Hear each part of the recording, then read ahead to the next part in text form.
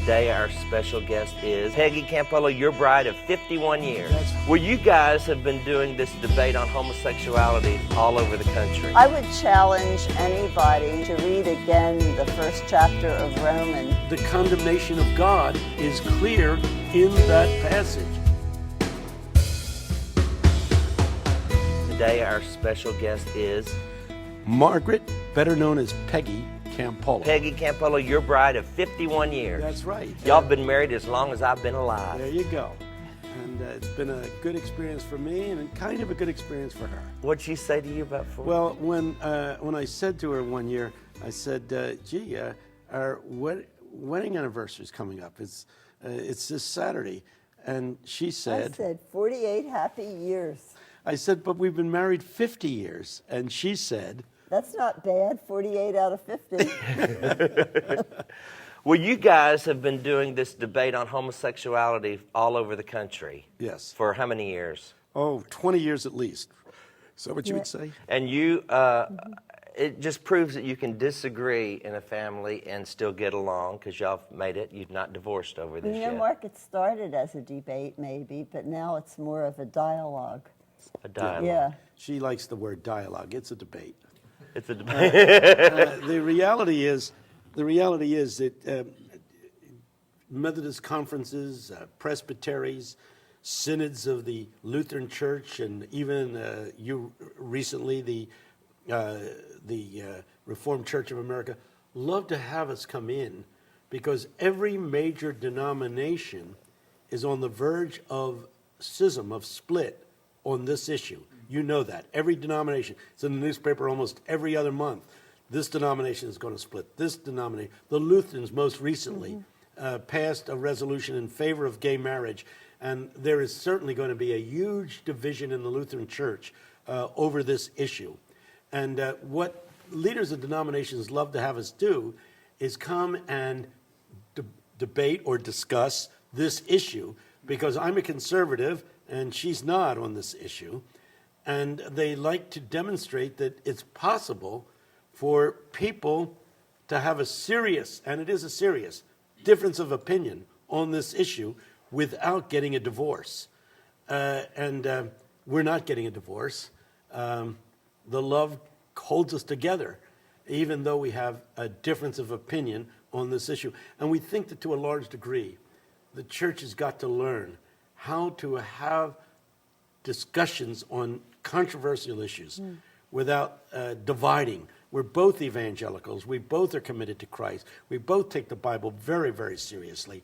We both hold to the doctrines, the essential doctrines of the faith, but we do differ on this issue. Well, have at it. I got to tell you, Peggy, right off the bat, on gay marriage, to me, the key passage of Scripture is Romans, the first chapter. There, the Apostle Paul says something that goes along these lines. They took the image of the incorruptible God, they transformed him into corruptible man, into four-footed beasts, birds of the air.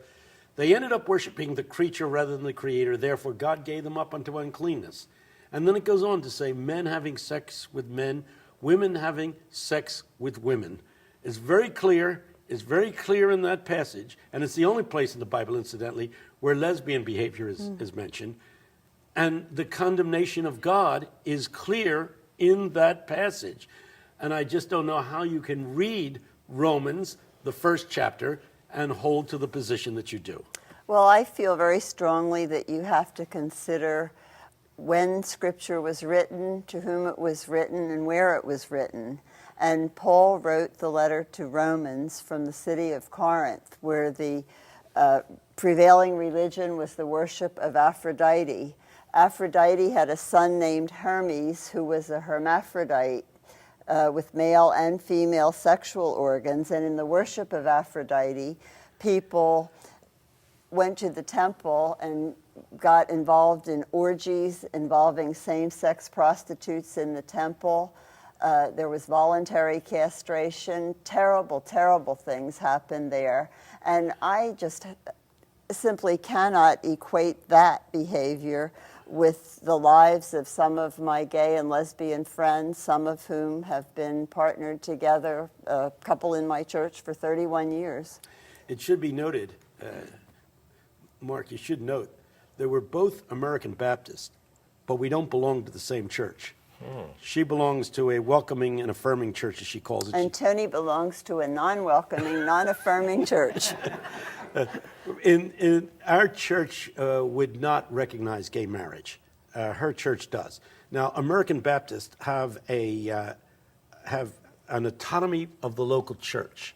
It used to be this way in the Southern Baptists. It's not anymore. But the local church decides its faith and practice. There's no hierarchy. There's no bishop. There's no conference up here that decides what local churches should believe. So my church tends to be conservative on this issue, and Peggy's church tends to be liberal on this issue. However, the pastors are friends. As a matter of fact, my pastor often attends your church when he has vacation. He likes your church.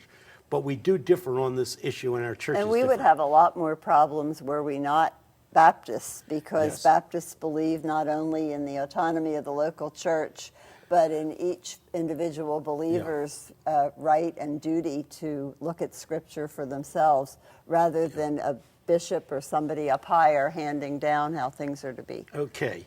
I So- just want to say one more thing Go about ahead. Romans. Yeah. I would challenge anybody seriously interested in this to read again the first chapter of Romans, where it talks about worshiping the creature, not the creator, and worshiping beasts and creeping things.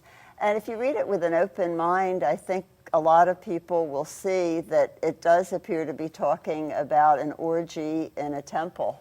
You know, you're saying that the homosexual condemnation in the first chapter of Romans is connected to idolatry, that in the idolatry at Corinth, these filthy things were happening, and Paul, writing out of that context, is condemning that, not the loving relationship between Yeah, and I don't partners. believe all the people it's talking about that were doing unnatural things were homosexual people. I think there were a lot of other people there doing things that have been misinterpreted to be homosexual acts when they were idolatrous acts. Before I come down against it, let me say, to support your point of view, the Scripture actually says these are unnatural acts, giving up their natural affections. Exactly. And you would argue that the homosexuals' natural affections are But homosexual. the church is asking my gay friends to give up their natural affections and be unnatural now, today. In interpreting Scripture,